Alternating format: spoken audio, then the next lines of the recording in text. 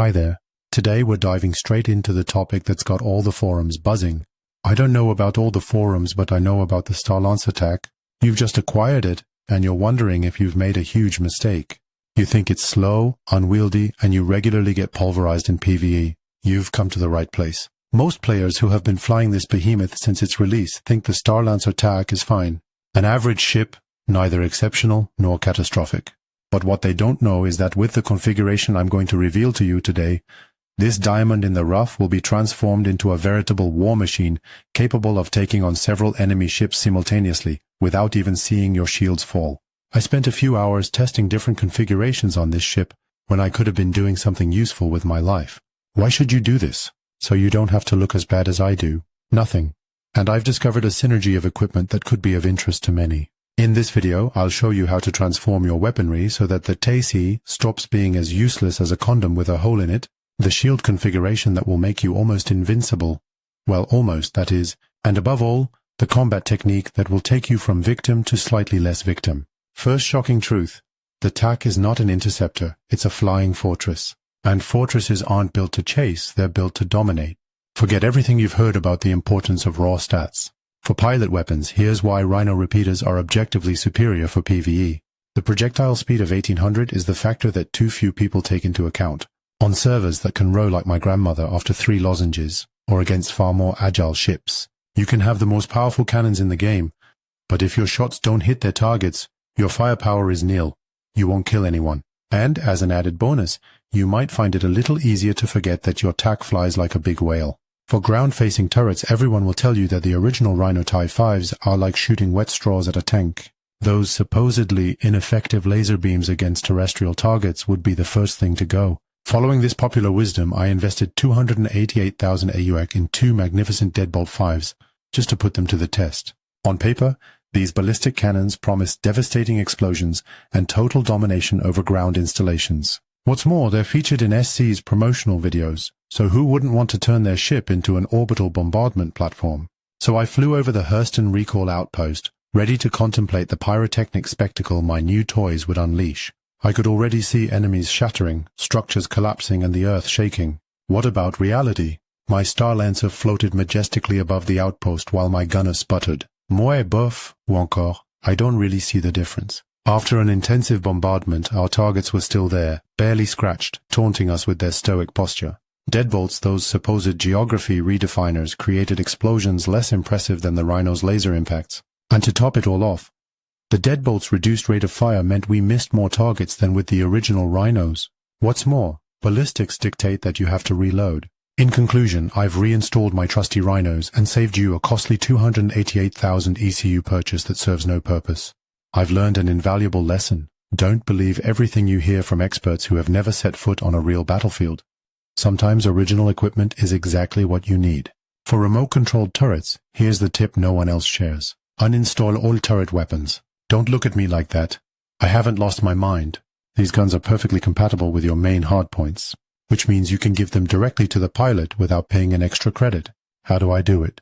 Go directly to your Mobiglass, under Vehicle, then select your ship and click on the Ship Armament tab.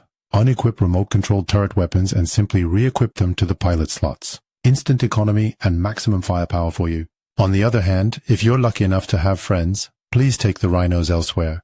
Star Citizen is frustrating enough as it is, so don't inflict the role of gunner without a cannon on them. As far as missiles are concerned, my advice is to stop experimenting with heat loads and other exotic combinations. Only one type reigns supreme in the verse, electromagnetics. And why are they so dominant? Because unlike IR missiles, which can be fooled by any flare thrown at them in a hurry, EMs lock onto their targets like a hungry predator on its prey. They ignore most standard countermeasures and pursue their targets with terrifying obstinacy. Dominator 2s are the quintessence of this technology. 4 of them, launched simultaneously, transform your Star Lancer TAC into a relentless carrier of death. I've seen pilots, I'd like to say seasoned pilots, but maybe pilots at all, panic and make fatal errors just by seeing 4 of these beauties hurtling towards them. But let me tell you, these missiles are just the appetizer for a devastating configuration. The main course, the one that will give you the boost you need to ensure your survival in combat and take you from easy target to indestructible fortress, is the shield system I'm telling you about now. Parapet shields aren't good or powerful, they literally turn your Star Lancer into an orbital bunker. But here's what 99% of pilots completely miss. The trick is not in the raw resistance figures. Although 2 parapets offer enough energy to absorb a frontal asteroid impact without flinching. No, the real secret lies in their quadrifacial architecture. Each shield has 4 distinct faces, front, rear, left and right. Each one functions as an independent energy reservoir. And here's the technique that will make your opponents cry. Observe ton chute. As soon as a face changes color, turn. Simple, brutal, effective, and what's more, if you fly better than I do, frankly it helps. But you're starting to get the idea. While your cannons continue to spit death, the side previously under fire recharges like a latest generation smartphone.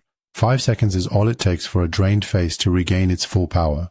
I've tested this technique against several Gladius piloted by players, not predictable AIs. Result? They emptied their ammunition, swore in the chat, then retreated while I continued my mission, shield intact. This strategic rotation is not just a tactic, it's a space martial art. By mastering this defensive ballet, your Star Lancer TAC becomes the equivalent of an end-of-level boss in a game where your opponents only have 1 life. And what's more, this is just the foundation of your invulnerability. When we combine this with the energy distribution I'm going to show you next, even my hammerette is going to start sweating. And stopped with that, the Star Lancer doesn't have a power consumption problem, it has a priority problem. This behemoth devours megawatts like an alcoholic on a Friday night, and without a precise power plan, you'll end up with a multi-million space coffin. Here's the exact formula that transforms this energy sink into a calculated war machine. Weapons first. Saturate. The equivalent of setting the volume to 11 on a scale of 10. Every shot has to count. Every salvo has to be lethal. With maximum power, your guns go from irritating threats to causing death. Next, the thrusters. Streamline. Cut them down by 2 pipes. The TAC is not a space ballet dancer, and it never will be. Accept this truth and reallocate that energy where it really counts. Shields. Flooded with power. Push the cursor to the max. This energy feeds directly into the rotation technique I've described. When fully charged, your phases regenerate even faster than the standard 5 seconds. Finally, the cooling. Exactly 2 pipes. Not 1 more, not 1 less. And it's not even arbitrary. 2 pipes keep your EM signature just below the threshold for early missile detection, while preventing critical systems from overheating. And this configuration isn't just a suggestion. It's an equation solved after a lot of methodical testing. Really? I insist, give it a try and let me know what you think in the comments. I've documented each engagement in detail. No, it's not like I'm holding a spreadsheet, but the results are unquestionable. In a recent encounter with a Valkyrie, I applied this energy matrix without deviating. The result? No difficulty at all in overcoming it. Despite all the turrets firing on the cake, this energy distribution is just the first layer of invisibility.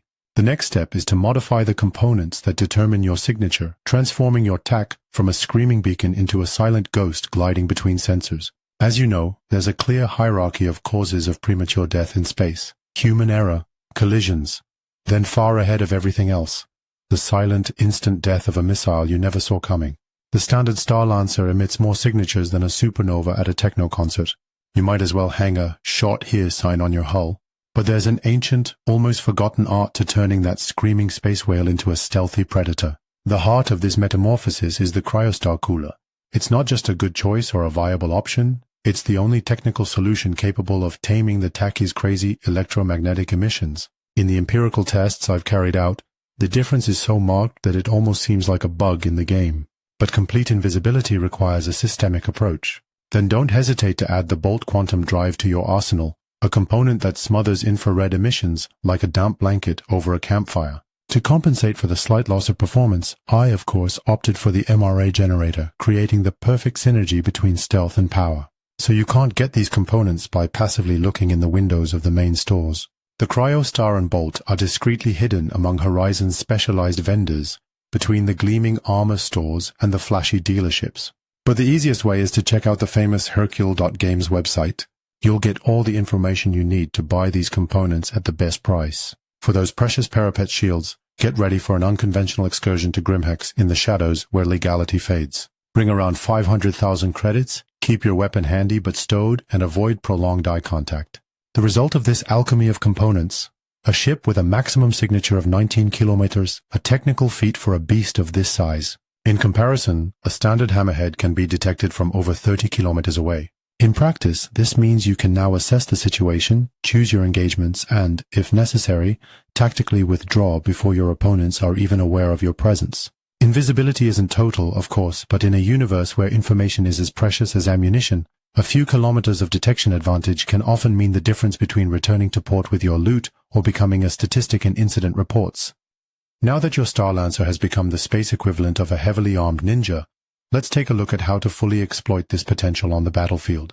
Forget complex dogfight manuals with their convoluted terms like trick maneuver or Immelmann turn. The TAC is not a broom fighter. It's a mobile fortress with its own combat grammar. I call it, go figure, the Drunken tank dance. Choreography so ridiculously simple it's almost insulting to space combat purists. 1. Let shots hit a shield face until it starts to weaken. 2. 3. Count, maintain uninterrupted offensive pressure while the previous face regenerates. Repeat, like a relentless metronome of destruction. What seems like a beginner's tactic becomes, in the right hands, a deadly art. I've seen seasoned pilots exhausted against this approach, draining their cells of energy as I systematically retained 70% shields on each side. This method is particularly devastating against the UEE fleet and their heavy aircraft. Constellations shoot like demons, but are no match for this calculated rotation.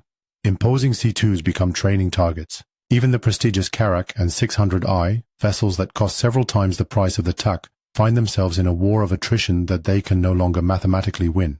Returning to my battle against a 600I, C2 and Karak, a scenario my survival instincts would normally describe as tactical suicide, the result? A methodical victory in minutes without structural damage. The only real limitation? Other players. This configuration excels against AI, but human unpredictability. What do you want, especially that of a determined bounty hunter, remains the variable that even the best configuration can't entirely neutralize. As I painfully learned against that Cutlass Blue who, astonishingly, never stopped shooting at me even after I abandoned ship. That'll teach me. Ultimately, true mastery in Star Citizen is not just about knowing a ship's stats, but understanding its true nature.